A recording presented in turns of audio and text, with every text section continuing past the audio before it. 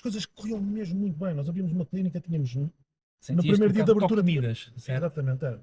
Nós abríamos uma clínica, tínhamos mais gente a fazer marcações no primeiro dia. Eu lembro quando abrimos a clínica do Parque Nascente, eu era de Lisboa, o Parque Nascente é ali em Gondomar, uh, num centro comercial, nós estávamos só em centros comerciais, e eu chego a Gondomar às 9h30 da manhã, centro comercial até só abria às 10, e tínhamos fila à porta, eu não estava a perceber o que é que estava a acontecer. Pá, e há determinados momentos em que tu tens aquele sentimento do síndrome de Deus, em que as coisas te correm sempre bem. Eu costumava dizer, se eu comprasse galos na altura, pá, eles davam ovos. Vai correr tudo bem, eram umas atrás das outras. Ahm, e, e é nesse sentido, eu acho que há um momento em que, quando as coisas estão a correr muito bem, tu deves comprar um cão para te morder os calcanhares quando estás a começar a levantar. Geralmente utilizo uma expressão que é the one you need the most is the one you like the less. Portanto, às vezes era importante teres alguém ao pé de ti, ao pé de mim, que, que te dissesse exatamente, se calhar, aquilo que tu não querias ouvir.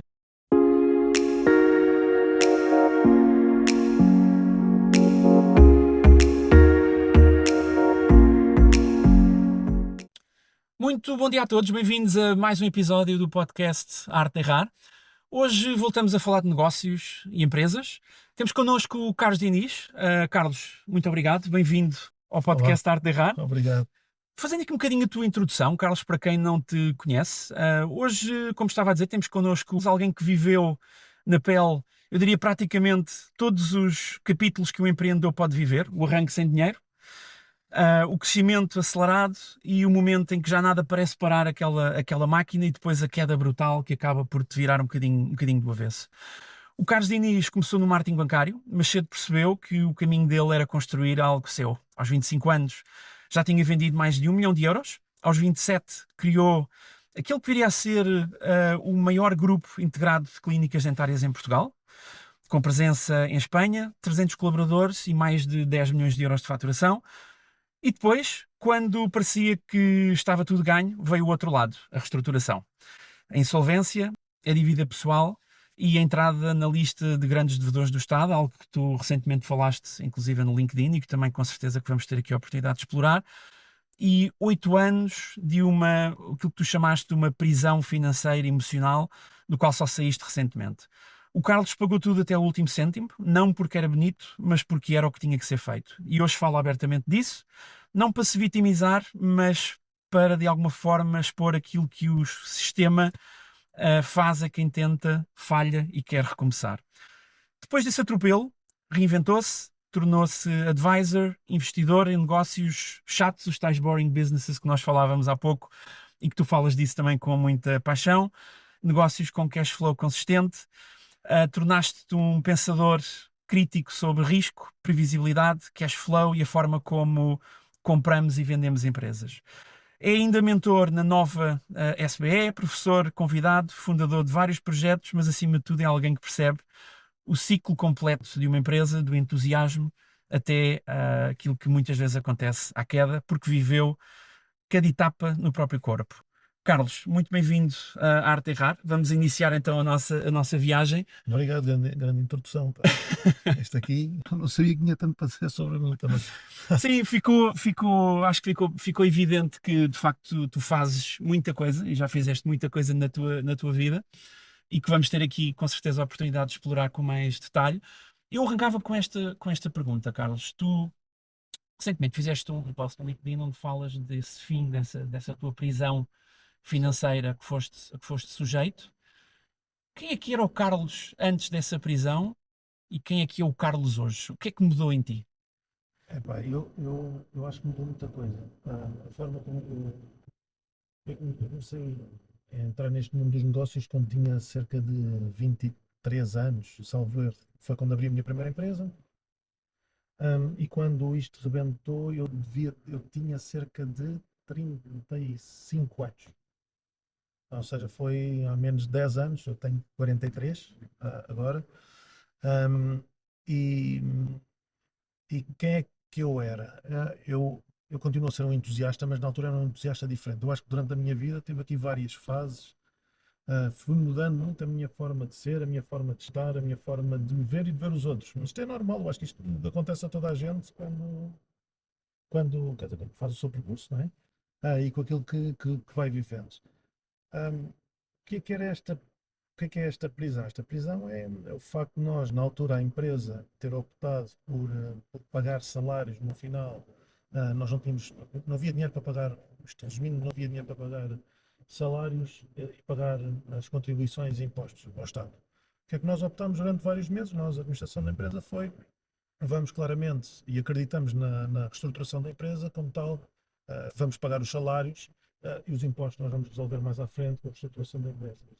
O que acontece é que nós, enquanto fundador, sempre acreditei que isso era possível, até o momento em que não foi mais possível.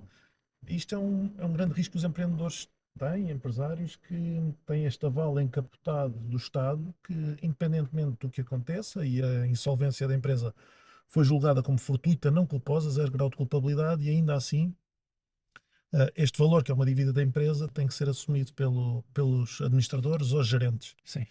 dependendo do tipo de sociedade que se tem. Um, e isto foi de uma dureza brutal, porque quando vivemos uma insolvência, o tema aqui é o impacto profissional, é o impacto social, é o impacto familiar, ou seja, tudo isto tem uma dimensão um, que é incomparável com qualquer outra situação que eu tenha vivido na minha vida até então, e já tinha passado por algumas situações menos boas. Eu acho que eu não sei, mas eu sinto-me neste momento uma pessoa muito mais livre. Eu acho que ganho muita liberdade com aquilo que me aconteceu. Assim, Relativizas sim, muito.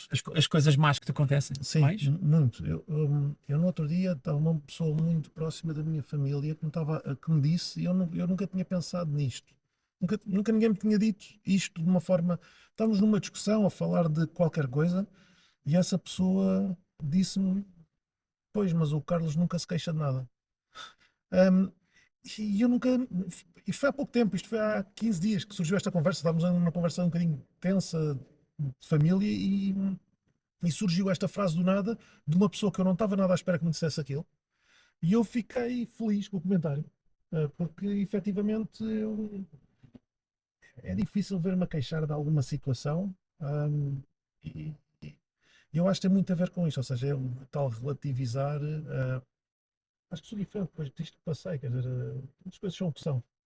Portanto, Olha, deixa-me voltar aqui um bocadinho atrás, se calhar já podemos ir aqui com mais detalhe, mas como é que tu te metes no negócio das clínicas dentárias e consegues fazer algo que não é fácil, escalar para 17 clínicas e para a Espanha, recrutares e montares uma equipa com cerca de 300 pessoas, montares departamentos, como é certo. que, com 20 e poucos anos? Olha, muito simples. Eu tinha na secundária, tinha um amigo meu que sentava ao meu lado, que a irmã era dentista. Sim. E a irmã resolveu abrir uma clínica dentária através de um franchising. E foi assim que eu tive conhecimento do negócio. Tu Podia não ter tinhas ligação nenhuma, quer dizer, zero, ninguém da família é dentista, não zero, percebias nada do nada, zero, negócio, zero, zero. foste à aventura, digamos assim, com Fui, esse. fui, ou seja, foi só por essa razão que conheci, mas podia ser dentista, como podia ser uma loja de fazer cozinhas ou uma loja de vender artigos para motas, não sei, podia ser qualquer tipo de negócio. Eu sou apaixonado por negócio, sempre fui.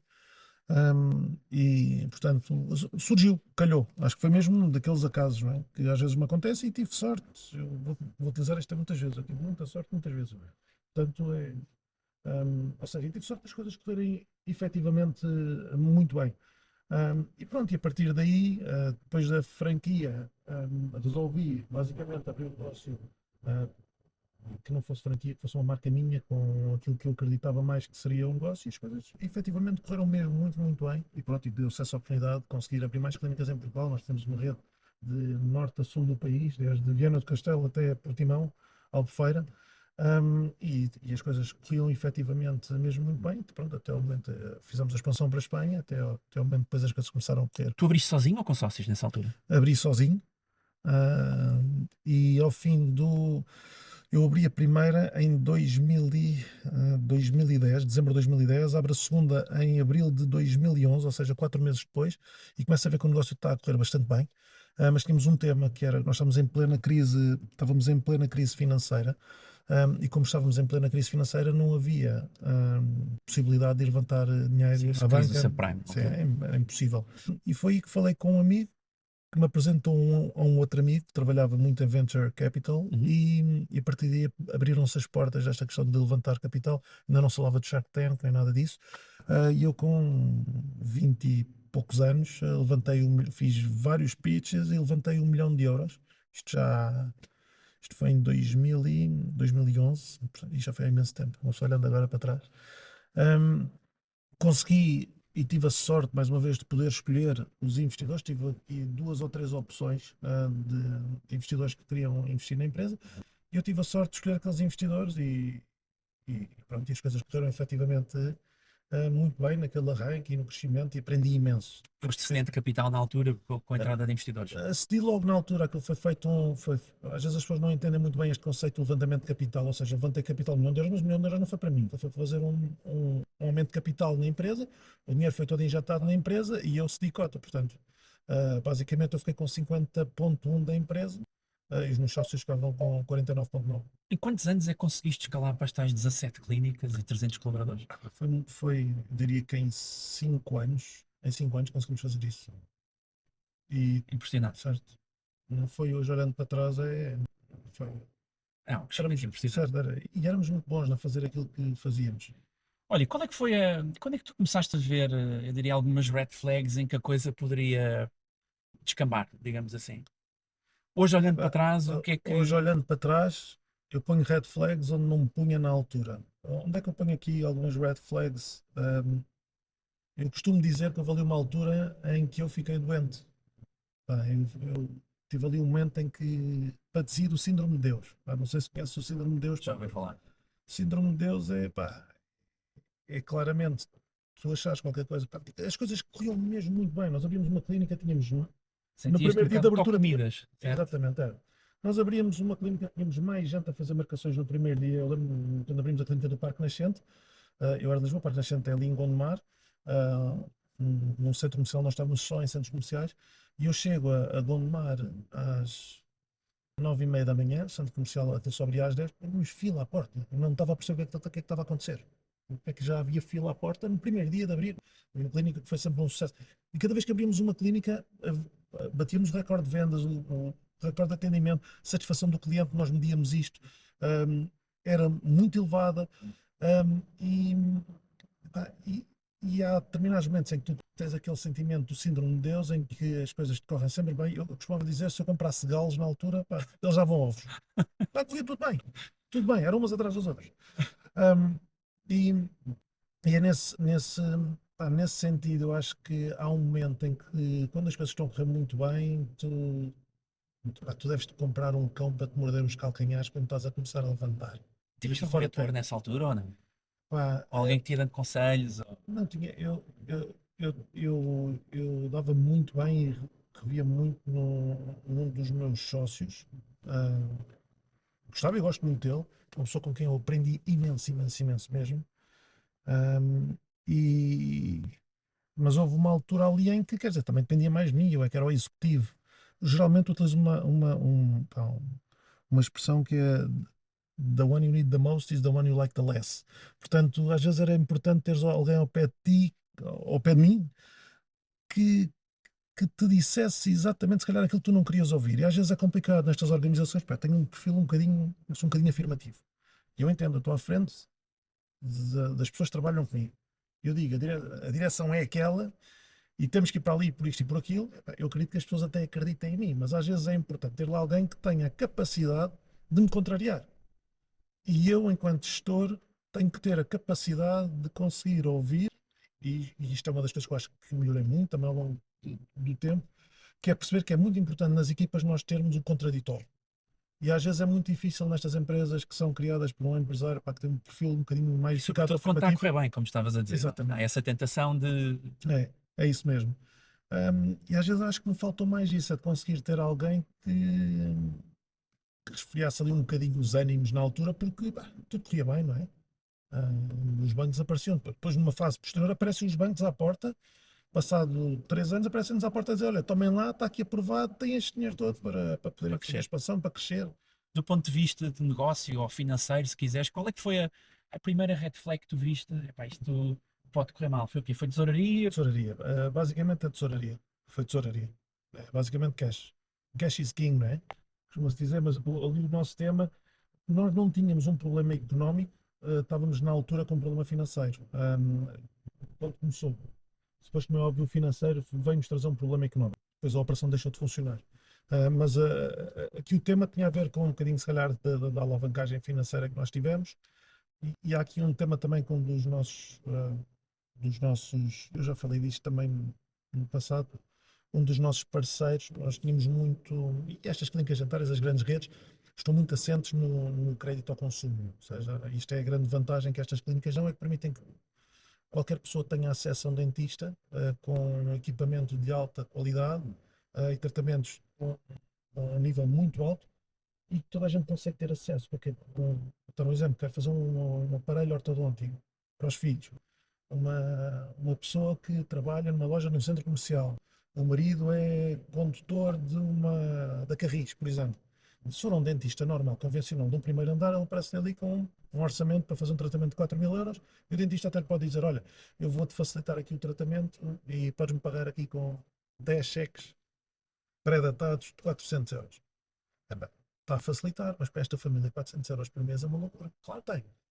O que acontece é que nestas clínicas, e se formos aqui às grandes redes hoje, que é uma data delas e que são todas bastante boas, tu consegues fazer o financiamento deste tratamento e ficas a pagar cerca de 50, 40 euros por mês. E estas famílias já conseguem suportar. É completamente diferente e conseguem estar a dar um tratamento de alta qualidade aos filhos.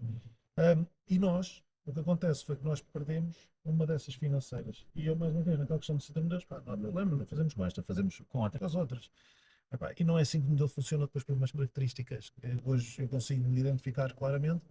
Hum, e, e pronto, eu acho que aí começou aí o nosso definhar. O que é que te doeu mais nessa altura quando as coisas correram mal? Ou seja, foi lidar com umas 300 pessoas? Há pessoas, há famílias, Certo? ou pela parte pessoal? Tu teres este impacto brutal de teres este impacto brutal de saberes que estás a falhar com pessoas que acreditaram naquilo que era o teu negócio, pá, é dramático. E estou a falar, quer seja colaboradores, quer seja clientes, não é? Estamos aqui a falar e fornecedores. Ou seja, nós atingimos todos. Ou seja, estes danos colaterais são brutais, para todo lado. Isso é, é, é dramático. O que é que eu te posso dizer relativamente? Nós sempre tentámos lutar para minimizar, e até ao último dia, para minimizar o impacto nos clientes, nos fornecedores e nos colaboradores. Não conseguimos. Não conseguimos. O que é que me magoou mais? Epá, eu tenho muita coisa que. Eu tenho muitas gavetas empenadas. Nunca mais fecharam. E sei que nunca vão fechar. Pá, costume que eu, perante, por exemplo, um grupo alargado de pessoas com quem contactava, hum, eu era o maior. Na altura, para todos, aí ela está, para a nossa amiga, e o nosso maior empresário de todos, isto e aquilo, para um exemplo, isto e aquilo. Pá, e no dia seguinte, ninguém te liga. No dia que houve a insolvência, ligaram-me quatro amigos. A dizer, portanto, e os outros ou não viram como devido, ou ficaram calados. Pá, isso custa um bocado, não é? Mas isto faz crescer, ou seja, eu tento aproveitar em todas as adversidades, tento aproveitar a oportunidade que aquilo me pode dar. Pá, é a única coisa que eu posso fazer, quer dizer, Os Estados Unidos têm uma cultura completamente diferente e eu já li muita coisa e conheço também a realidade americana. Normalmente nas entrevistas de emprego ou nessas sessões de angariação de capital, uma das perguntas que é sempre feita é qual é que foi o teu maior falhanço? Ou seja, eles quase que, eu não vou dizer que se orgulham, ninguém se orgulha de certo, certo, falhar, mas o falhar faz parte. E, certo, portanto, a cultura americana tem muito essa cultura certo, de encarar o erro e o falhanço como normal, faz parte do processo. Eu acho que em Portugal nós não temos tanto essa cultura, antes pelo contrário, as pessoas escondem certo. e têm quase vergonha disso. E eu acho que tu és um exemplo perfeito de uma pessoa que não teve essa vergonha e que assume. Não tenho vergonha nenhuma, não. Eu tenho um orgulho tremendo naquilo que fiz. Não tenho, ou seja, tenho mesmo um orgulho brutal. E hoje capitalizaste bem nisso também, porque Sim, tornaste-te um especialista em reestruturações e insolvências e hoje certo. capitalizas muito essa parte. Mas imagino que nessa altura não deve ter sido fácil, sobretudo em Portugal. Cá está, se fosse nos Estados Unidos era mais um dia no escritório quase. Não foi. Aqui em Portugal não imagino que Sabes tenha sido. que há algumas histórias, é engraçado que há histórias quase que apaguei da minha cabeça, não me lembro. Às vezes as pessoas falam-me disso e eu não me lembro. Não me lembro. Às vezes, pois eu nunca mais me lembrei desta. Quando tive a insolvência, epá, eu quis logo começar a refazer a vida, pôr aquilo para trás, e reconstruir de imediato. A primeira coisa que eu fiz foi ir almoçar com os meus amigos mais próximos, aquele núcleo duro. Sim, no acolhedor. E no dia que eu vou almoçar com pá, um dos meus melhores amigos, a primeira coisa que ele me diz ao almoço é: pá, atenção que eu há umas semanas era o maior. Todo este grupo de amigos e tudo mais, e tinha feito uma coisa que ninguém tinha feito. Pá, é normal, tu tens quantas pessoas é que tu conheces à tua volta, que conheces que têm 30 e poucos anos, que tenham criado uma empresa do zero, com 300 colaboradores, que faturasse 11 milhões de euros, que tivesse lojas em Portugal e que tivesse lojas em Espanha. Não conheces, ainda hoje. Em que sítio de Espanha que vocês tinham? Em Madrid, em Madrid. Ok, não é possível. Abri duas clínicas e ia abrir a terceira, que depois acabamos por não ter. Ou seja, isto, se tu falares hoje mesmo só às coisas que amigos, conheces muito poucas pessoas que tenham feito isto. Portanto, por isso é que eu digo que tenho aqui bastante orgulho porque consegui construir alguma coisa. Claro, e bem. Pronto. E eu lembro-me de estarmos a almoçar e ele diz-me: olha, tu agora esquece. Eu estava a dizer: pá, o que é que tu achas que eu devo fazer? E ele diz-me: pá, tu esquece agora.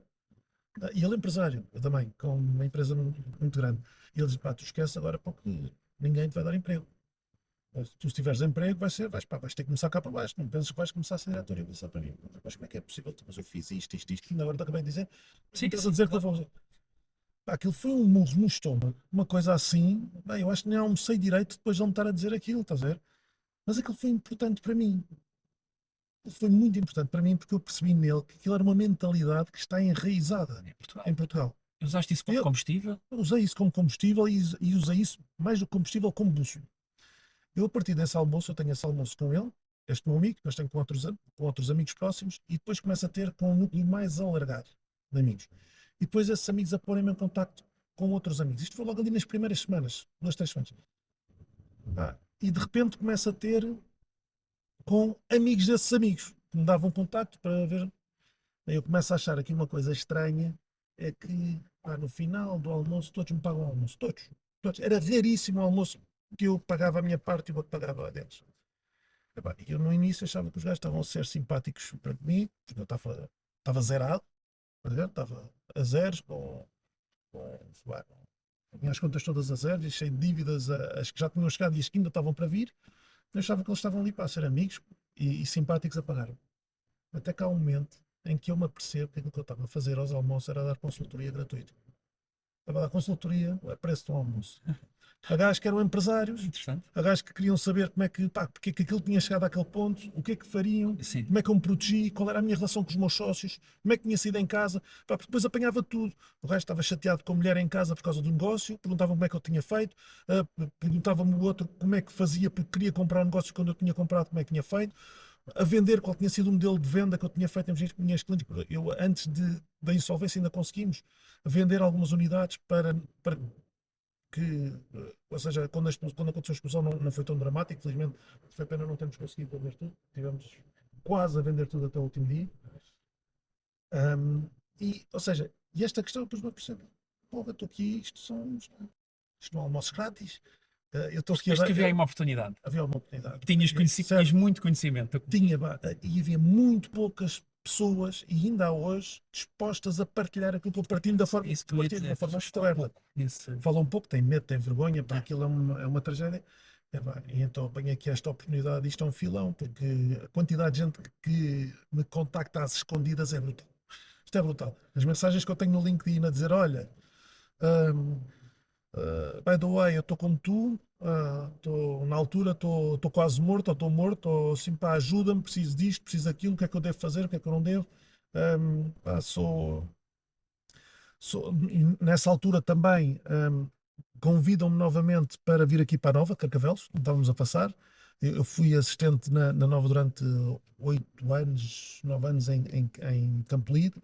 Entretanto, depois também me convidaram para aqui e agora continuo no Executive Education da Nova, onde participo em vários programas executivos.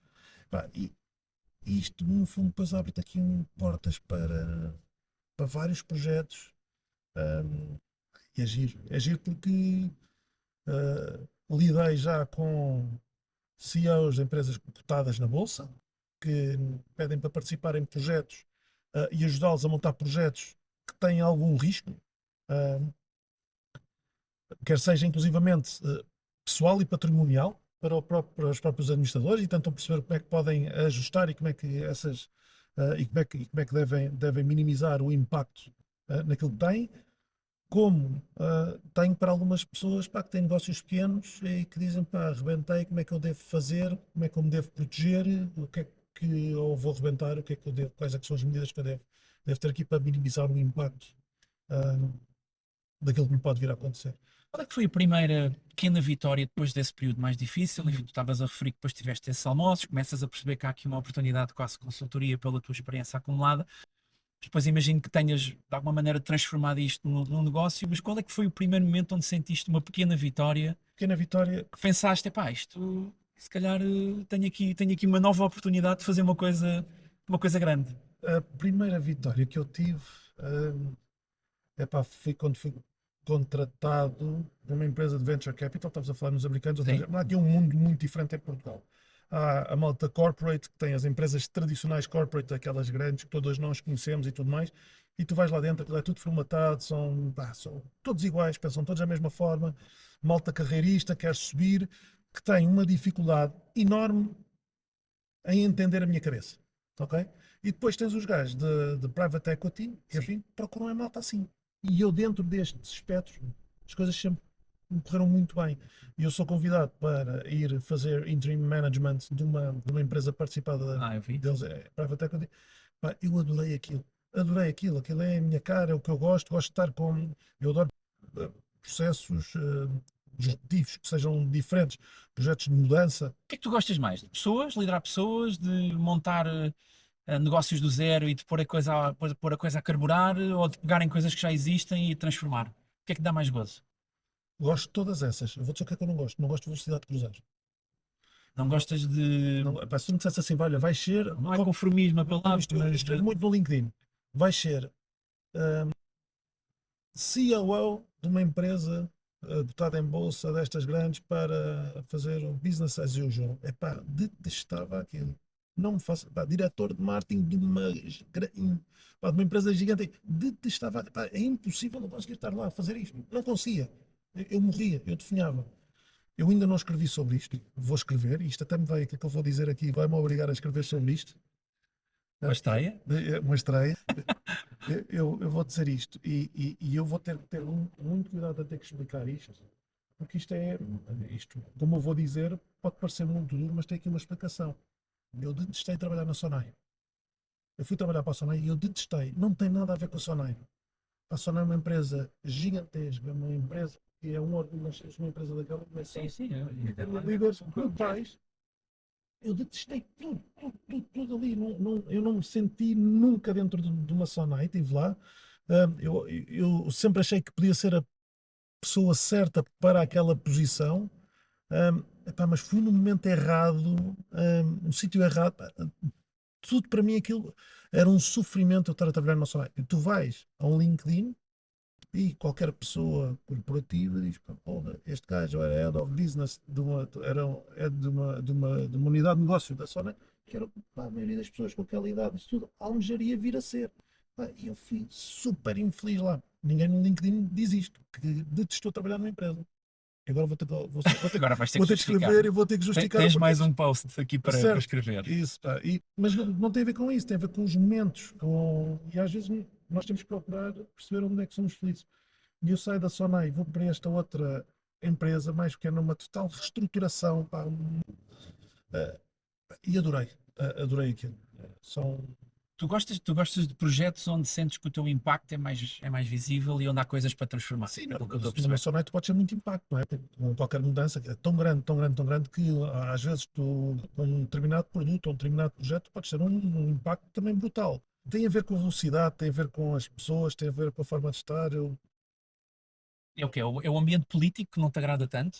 Eu detesto isso detesto, é impossível, não, completamente, Eu não, entendo. não consigo, porque corre sempre mal para o meu lado, porque É, eu entendo. eu não, sou, lá está, sou muito afirmativo, vou, vou facilmente expressar a minha opinião de forma Eu entendo. genuína e lá está. Isto não é, às vezes não é bem entendido nestas grandes corporações. Olha, e mudando agora aqui um bocadinho a agulha para a questão dos tais boring businesses que nós falámos há pouco, tu és Certo. um dos principais defensores, um bocadinho como há uma pessoa que eu sigo no Instagram que é a Cody Sanchez, não sei se conheces, Já ouvi falar, eu acho que que também é uma acérrima defensora dos boring businesses, das lavanderias, self-service, dos certo. negócios de lavagem automática de carros. Como é que tu tomas esta decisão de dizer eu vou por aqui, são estes negócios de cash flow permanente que eu vou em frente? Como é que tomas esta decisão? Isto no final do dia, os negócios são todos muito giros, mas nós temos de ter um negócio, não temos de ter um predócio. E o que acontece é que muitos desses negócios que às vezes nós vemos aí, a malta a falar, eu vou criar isto, pá, quando estamos aqui a falar desta onda agora da malta que é muito empreendedora e vai fazer coisas, toda a gente pensa fazer em Web Summits, exato. exato, pá, coisas tecnológicas e mais, pá, e, e às vezes o pão com manteiga dá muito mais dinheiro. Estás a ver? Do que estás aqui a inventar outro tipo de negócios. E eu, quando crio um negócio, como é óbvio, eu dá-me muito gozo estar a lidar, não liderar, é lidar com pessoas. Dá-me muito gozo ver o negócio, a implementar o negócio, fazer o negócio crescer. Mas sinto, pá, é fundamental o negócio dar dinheiro. Tu E, tens, só para contextualizar, corrijo-me se eu estiver errado, tens intermediação de crédito, certo? Consigo fazer intermediação de crédito para tudo, mas só faço crédito à habitação. ok, portanto mais ligado ao imobiliário, tens seguros, Tenho mediação de seguros, seguros, tens exatamente. TVDE, Tenho TVDE, sim. tens para farmácia também, Online, ok, sim. E ainda tenho cafetarias e bares que investi há pouco tempo. ok, interessante. Mas são todos negócios diferentes, muito diferentes. Têm todos formas de gestão muito distintas. Um, Epá, mas são negócios muito simples, todos. O da parafarmácia provavelmente é aquele que é o mais sexy, é o mais, é o mais complexo, dada a logística, e é aquilo que eu digo, pá, as pessoas às vezes para terem um negócio podem ir pelo lado simples, que é tão mais fácil e tão mais simples e consegue ter tanta rentabilidade. O que acontece com estes boring businesses é que às vezes, por ser boring, não são sexys, as pessoas não olham para Fogem. eles, fogem deles. Não são giros de contar no jantar de sexta-feira com os Sim, amigos, não é, olha, não é sexy, não é? Não é sexy, mas certo, olha, tenho uma lavandaria. Eixe, estás a ficar comigo, pá. Tenho agora uma empresa de contabilidade. Ixi, que horror, estás a ver? Mas, pá, são negócios de renda fixa, que efetivamente é aquilo que podemos procurar num negócio deste tipo. aí há uns tempos li uma entrevista com o Jeff Bezos, agora por causa do tema dos boring businesses, e ele dizia uma frase que também me pôs a pensar muito sobre o tema, que foi: está toda a gente a fazer a pergunta o que é que vai mudar nos próximos anos com a inteligência artificial e com as mudanças que o mundo está a assistir. Ninguém está a fazer a pergunta o que é que não vai mudar. Certo, Porque há muita coisa que não vai mudar.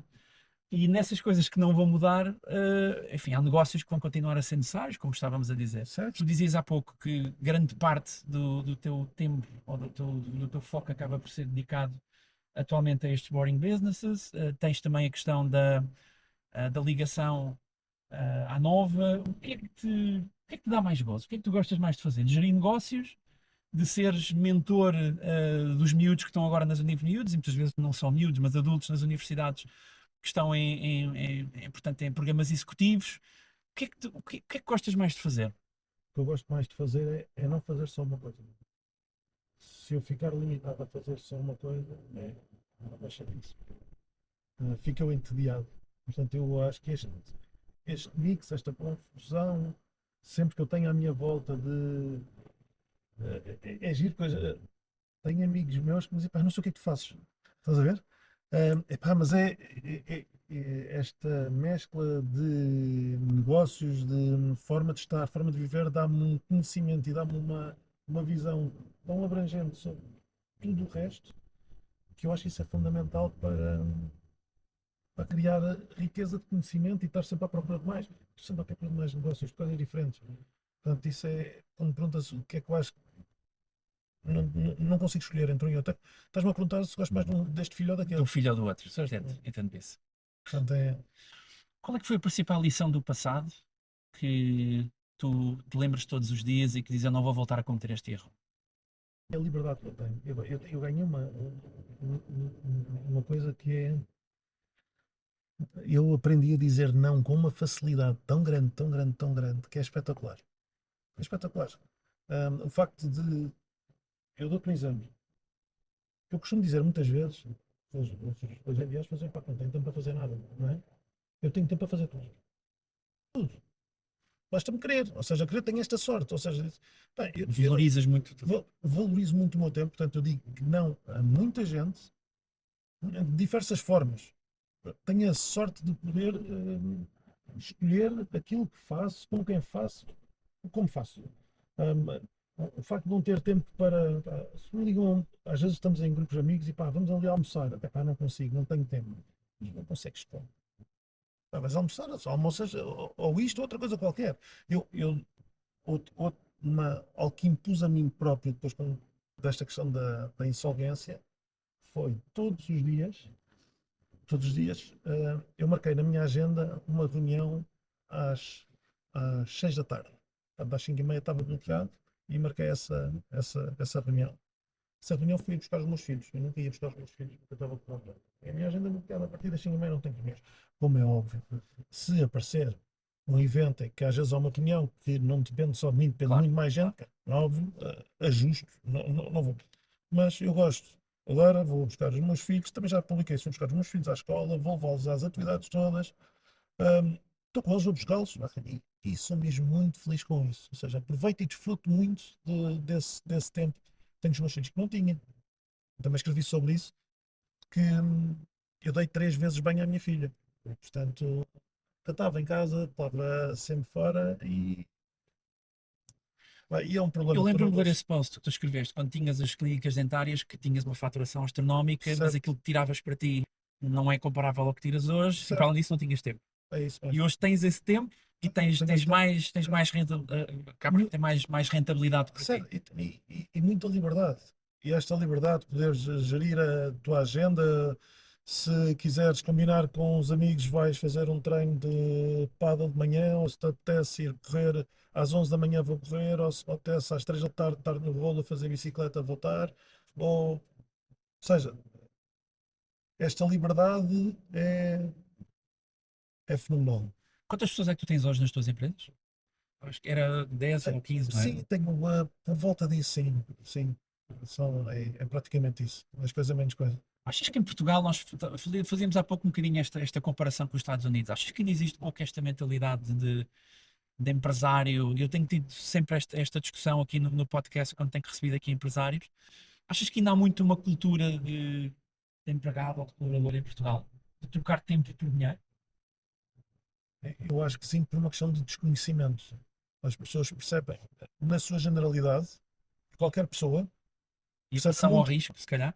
Sim, é só risco, mas as pessoas também não percebem muito bem como é que funciona uma empresa. Não funciona. Se tu perguntares ao comum mortal que for aí na rua, se perguntares como é que funciona uma empresa, e fazia-te aqui 3 perguntas logo, perguntavas a uma pessoa, a pessoa não sabe responder. Como é que funciona? E estamos a falar de pessoas com formação académica, ok? Um, Tu perguntas, isto é uma das coisas que eu batalho muito, por exemplo, na Nova, quando falava disto, sais de um mestrado ou mesmo se fores de uma formação de executivo, se fores lá à porta e fizeres 3 perguntas como é que funciona uma empresa, não têm a mínima noção, com 3 perguntas básicas. E isto revela a pouca literacia que existe no mercado nacional relativamente às empresas. Ora, se tu tens pouca literacia, tens um grande desconhecimento. Se tens um grande desconhecimento, isto é natural do ser humano. Tens medo, não vais. Se tu tiveres mais conhecimento de como é que as coisas funcionam, também óbvio, se calhar sentes mais à vontade para poder cavalgar, não é? E andar sobre terreno em que não te sentes tão confortável. Mas vais com conhecimento. E aqui eu acho que o grande problema aqui é a falta de literacia. E quando digo isto, é malta formada, não estou aqui a falar daquele empresário dos anos 60, ou seja, Sim. dos baby boomers, tinham a quarta classe e que partiam a ver. Esses, pá, esses Sim, estavam era o que mortos à era. Era o que nascença, era. tinham que ir. Era tipo na época dos descobrimentos, tinhas numa casca de nós e ias até à Índia. E estes da quarta classe também faziam aquilo, olha, não faziam mais nada na vida deles. Mas hoje em dia, quando tens esta malta formada, que há uns que nem ganham bem nem ganham mal, mas agora estão ali naquele limbo, estão em cima do muro, não caem nem para um lado nem para o outro e mantêm-se ali por falta de conhecimento, por não terem esta literacia. Eu se perguntar aqui, olha, estamos a ver aqui estas pessoas todas, nós só olharmos aqui à rua e perguntamos como é que é feita a entrega do IVA, As pessoas não sabem. Não. Não Sim. sabem. E o IVA está na nossa vida todos os dias, em qualquer momento. E as pessoas não percebem qual é que é Mas o isso impacto começa na de ter escola também. Ensina-se. Não, não se ensina na escola a parte de fiscalidade zero. Certo. Portanto, aqui, quando eu digo que há mesmo iliteracia, e estas perguntas, mais uma vez, eu dizia, vou ali à porta da Nova, à saída do Executive Education, faz estas perguntas e eu garanto que a taxa de não ter esta resposta é muito grande. E estamos a falar dos quadros superiores que estão dentro das grandes organizações em Portugal. Deixa-me fazer-te aqui uma pergunta um bocadinho mais pessoal. És mais feliz hoje ou no período alto antes dos problemas das clínicas dentárias? Em que tinhas esse síndrome de Deus? Eu era muito feliz na altura, eu era mesmo muito feliz. E eu hoje sinto-me uma pessoa muito feliz. Mas eu hoje sou feliz com aquilo que conheço e que sei. Na altura era feliz com aquele pouco conhecimento que tinha. Hum, eu hoje tenho muito mais informação dentro de mim, não é? Mas eu sinto-me muito feliz. Se isto não tivesse aguentado, eu acho que também seria feliz. Com tanta coisa que tu já fizeste na tua vida, com tantas áreas em que já estiveste envolvido, tens algum plano para daqui a 10 anos? O meu plano, eu gostava muito, em determinada altura, deixar de ter a necessidade de trabalhar aos 50 anos. Eu acredito que ainda posso fazer qualquer coisa. Conseguias não fazer nada. Uma pessoa tão ativa. Não fazer, não. Eu iria fazer qualquer coisa. Não, Sim. não iria era ter que trabalhar. Eu queria era não ter que trabalhar para poder, hum, para poder pagar as contas.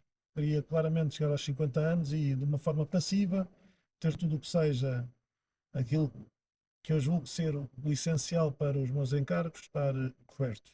Eu adorava. E depois isso trabalhar, quer dizer, nós podemos encarar o trabalho, até podemos encarar de uma forma de diversão. Mas a ideia era que gostava de ter aqui uma independência, uma liberdade financeira total ali aos 50 e a partir daí poder inventar um bocado. O que é que para ti é fundamental passares como mensagem aos teus filhos? Olha, um, eu tento passar aqui aos meus filhos e tenho mesmo essa preocupação. Eu quero que os meus filhos tenham um mundo. Ok? Tens 3 filhos? Tenho três Para filhos, quem nos está a ouvir. tenho três filhos e um de 15, outra de 12, outra de 9, e eu tento passar-lhes mundos, basicamente. Eu quero que eles ganhem mundos. Sou muito pouco apologista e sempre fui a minha vida toda de dizer que o que é nacional é bom. Nós temos coisas nacionais que são boas e temos coisas nacionais que não são boas. Eu quero que eles pensem por eles e que olhem por eles para o mundo e que consigam entender claramente o que é bom e o que é mau. Eu nunca vou dizer que, às vezes, nós vamos dizer que os portugueses são muito melhores que os outros, porque não são, mas também não são piores que os outros. Sim, é como tudo. É como Há tudo. melhores, há Há piores. melhores, há piores, mas é sempre tudo, é transversal. E o que eu lhes tento mostrar é isso mesmo, que eles são cidadãos do mundo. E não lhes fecho aqui numa redoma em Portugal. E tento que eles vejam o mundo, tenham a oportunidade de ver o mundo, incentivo-os muito a explorar, para depois poderem tomar as decisões em consciência daquilo que viram e daquilo que experienciaram. Carlos, então vamos aqui àquela parte da nossa conversa chamada Dilemas Rápidos. Eu, de alguma maneira, já te fiz aqui esta introdução. Para quem nos vê pela primeira vez, eu vou lançar aqui 18 perguntas muito rápidas e muito curtas ao Carlos. E o Carlos vai escolher uma ou outra, podem ser as duas, sem grandes justificações. Vamos a isso? Vamos, Pergunta número 1. Fazer rápido ou esperar pela altura certa? fazer rápido. Criar uma empresa com capitais próprios ou alavancar com financiamento? Capitais próprios. Faturação ou rentabilidade? Rentabilidade. Negócio com sócios ou sozinho? Com sócios. Pergunta número 5. Criares uma empresa numa área que te apaixona, mas com riscos? Há sempre. Ou criar uma empresa num mercado não sexy, mas que tenha rentabilidade e previsibilidade? E pá, é óbvio. Pergunta número 6. Tomar decisões baseadas em dados ou tomar decisões baseadas em instinto? Em dados. Pergunta número 7. Delegar cedo, mesmo com risco de falha, ou esperar para delegar quando tens tudo definido ao pormenor? Lugar cedo. Interessante. Pergunta número 8. Investir em marketing para crescer ou investir em operações para consolidar? Investir em operações para consolidar. Aceitar um compromisso que resolve o problema hoje ou manter-te firme numa decisão que só resulta no longo prazo? A segunda. Agora vamos só de erros. Assumir publicamente um erro ou absorvê-lo em privado para proteger a marca e a empresa? Não, assumir publicamente o erro. Escolher foco absoluto num projeto ou diversificar mesmo sabendo que perdes intensidade? Diversificar. Só podia, depois Sim. daquilo que vimos. Sim. Viver com pressão constante, mas grande impacto, ou viver tranquilo com impacto limitado? É não, pressão e impacto. Escolher crescimento orgânico ou comprar negócios já feitos para transformar e fazer crescer? Os dois. Se puder juntar os dois, melhor. Interessante.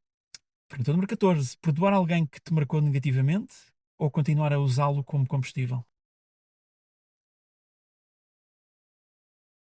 Ah, é pá, não fazer disso um drama. Diga às vezes perdoar, mas não fazer disso um drama. Tive tantos. Imagino. Pergunta número 15. Estamos quase a acabar. Criar e comprar empresas ou ajudar alunos da Nova como mentor? Já te As duas. respondiste. As duas. As duas. As duas. As duas. Pareceu-me que sim. 16. Ser tu a conduzir a mudança ou por vezes deixar que a vida te surpreenda? É pá, detesto surpresas. Detesto surpresas. Se me fizesse uma festa de aniversário surpresa, ia detestar. Ia detestar não conseguir. Isto é estranho, não é? Porque é um bocadinho ambíguo, não controlar o tema é uma chatice, não. Não, não. Surpresas não. Escolher conforto emocional ou um desconforto que te faz evoluir? É para o desconforto que me faz evoluir. Tempo ou dinheiro? Tempo. Muito boa resposta.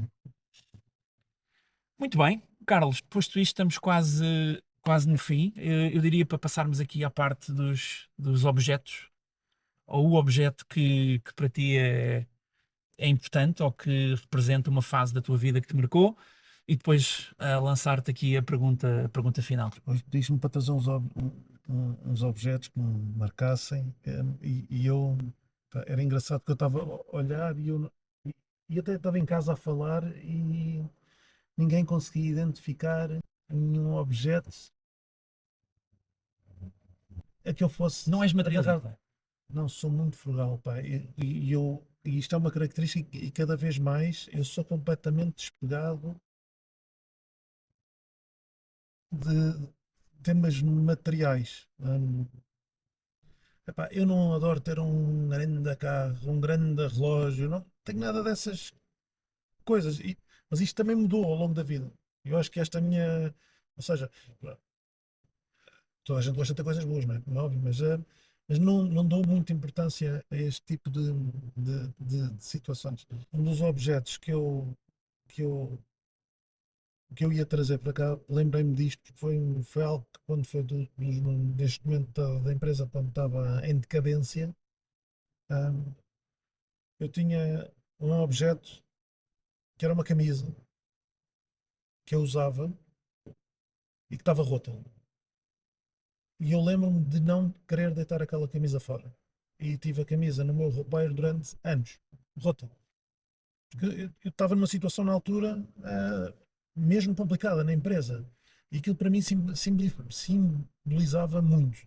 Eu lembro que ela estava rota no cotovelo. Ah, e quando notei que ela estava rota no cotovelo, eu não a quis deitar fora, quis ficar com ela. E aconteceu-me exatamente pouco tempo depois, lembro-me de estar nas finanças do Eiras, que é onde estamos a passar, ali para trás. Um, e eu estar nas finanças a resolver um tema daquelas cartas que me chegam e que nos dão um frio na barriga. Tem um Estava logotipo, na não é? Um certo, logotipo que a certo, gente vê no Correios. certo. E eu lembro-me de sentir um frio a vir-me da perna para cima, também estava ali à porta, e não estava a perceber o que era. E eram os meus melhores sapatos, que tinha comprado numa altura muito boa da minha vida. E eu olho, tenho os sapatos rotos por baixo, tinha a sola rota. Portanto, eu estava claramente, do ponto de vista material, estava tudo a desfazer-se. Seja a empresa, quer seja a roupa, ou seja, isto para mim teve um simbolismo, uma carga psicológica muito dura. E eu lembro-me claramente, eu cada vez que olho para estes sapatos que tenho lá em casa, os sapatos mais caros que alguma vez comprei na minha vida, na altura mais uma vez que eu estava as coisas estavam a correr muito, muito bem. E é engraçado como é que tu vês uns sapatos daqueles com um buraco. Pá, e isto mexeu muito comigo. A camisa ainda a tenho. ah, Ainda guardas a e camisa? guardo. Nunca falei disto com ninguém. Nem em casa. Esta história é uma coisa completamente. Nunca falei disto. Eu por acaso trouxe, devo-te dizer há bocado, trouxe uma mochila com que ando sempre. É uma mochila que tem 15 anos. Ahm, e a mochila é uma mochila que eu uso para tudo. Uso para trabalho. Se for de viagem, uso aquela mochila. Vou a 5 dias de viagem, levo aquela mochila. Portanto, não sei, porque pá, sou muito simples na forma. Não sou. Ou seja, não compro roupa. Basicamente, a roupa que tenho vai-me aparecendo em ofertas. Portanto, é muito raro eu comprar uma peça de roupa, muito, muito raro mesmo. Carlos, pergunta final, que faço sempre esta pergunta em todos os episódios. De alguma maneira, acho que já acabámos por abordar este tema, mas agora numa perspectiva mais, se calhar, mais holística. Olhando para trás, seja para a tua vida pessoal ou profissional, se pudesses mudar alguma coisa, o que é que mudavas? Bem, olha, uma coisa que eu adorava ter feito e que não fiz, e não, mas acho que estou sempre a tempo de fazer. Eu gostava muito de ter vivido e trabalhado fora de Portugal, noutro sítio. Podia ser Estados Unidos, podia ser América do Sul, podia ser Ásia, podia ser África. Não tenho, mais uma vez, Assim, uma resposta gostava, definida. sim, não, gostava efetivamente de ter a experiência de estar longe, sentir o que é estar longe de casa e estar numa realidade completamente diferente. Gostava de ir para uma realidade Com diferente. família ou sem família? Gostava de ir com família. Ok, interessante. Gostava de ir com família. Acho que deve ser uma experiência muito, muito gira, mesmo. Muito bem, E dar uma visão diferente aos miúdos muito também. bem. Mundo, Mais uma como vez, mundo. estávamos a falar Isso há mesmo, pouco. mundo. Muito bem. Isso mesmo. Carlos, muito obrigado. Eu é que Foi agradeço a uma oportunidade excelente conversa de e um partilhar. gosto receber-te aqui no Muito podcast da Arte de obrigado. Errar. Obrigado pela partilha, obrigado pela aprendizagem que acho que vais acabar por dar aqui às pessoas que nos vão ouvir. Quanto a vocês, continuem a seguir-nos como sempre. Já sabem, estamos disponíveis em todo o lado: YouTube, Facebook, Instagram, LinkedIn, Spotify, Apple Podcasts. Sigam-nos, não custa nada, vão ao YouTube e clicam no botão subscribe. Para vocês é totalmente gratuito e para nós é muito importante para podermos continuar a oferecer-vos este tipo de conteúdos de forma totalmente gratuita. E muito obrigado por terem assistido. Até à próxima, Carlos. Mais uma vez, um grande Gosto. abraço Muito e obrigado, obrigado. Felipe. Obrigado.